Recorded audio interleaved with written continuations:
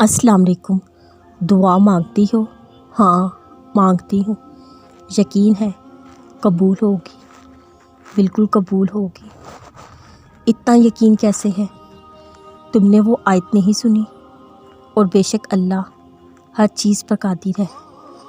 और अगर जो मांग रही हो वो नहीं मिला तो फिर तो और ज़्यादा यकीन हो जाएगा अल्लाह पर।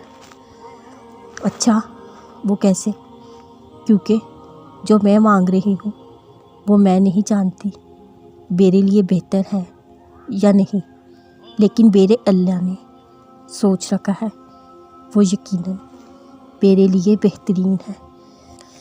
जिसने दुआ ने तुम्हें तहज्जुद की लगन लगा दी, कैसे मुमकिन है कि वो दुआ रद्द हो जाए? अगर वो देने में देर कर रहा है तो उसे तुम्हारा मांगना पसंद आ गया।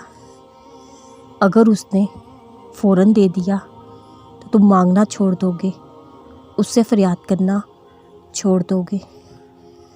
और वो चाहता है तुम्हारी आवाज़ बार बार सुनना, उसे पसंद है तुम्हारा उससे बार बार एक ही चीज़ की फरियाद करना। तो ये ना सोचो वो तुम्हें देना नहीं चाह रहा या तुम्हें नहीं सुन रहा। अरे जिस बंदे की आवाज़ उसकी पसंदीदा होगी, सोचो वो बंदा उसका कितना लाडला बंदा होगा। अल्लाह जब राज़ी होता है सबसे पहले सजदे की तौफीक देता है, फिर चाहे वो सजदा खुशी का हो या गम का।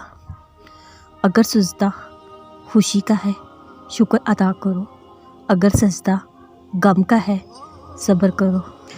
खुशी में भूल जाते हैं हम अल्लाह को याद करना, फिर वो हमें आजमाइश में डालता है ताकि हम उसके करीब हो जाएं। जान लो जो हो रहा है जैसा हो रहा है वही तुम्हारे लिए बेहतर है। तो फिर इतना मुश्किल क्यों लगता है उसकी रज़ा में राज़ी होना? जान लो अगर उसने आजमाइश दी है तुम्हारा साथ भी कभी नहीं छोड़ेगा। तो फिर इतना मुश्किल क्यों लगता है उसके फ़ैसलों को तस्लीम करना? जब तुम ज़िंदगी से थक हार कर गिरते हो सजदे में, उसे अच्छा लगता है तुम्हारा रो रो कर उसे पुकारना, अच्छा लगता है उसी से इल्तिजाएं करना। वो चाहता है मेरा बंदा पुकारता रहे मुझे, मैं अपने बंदे को सुनता रहूं।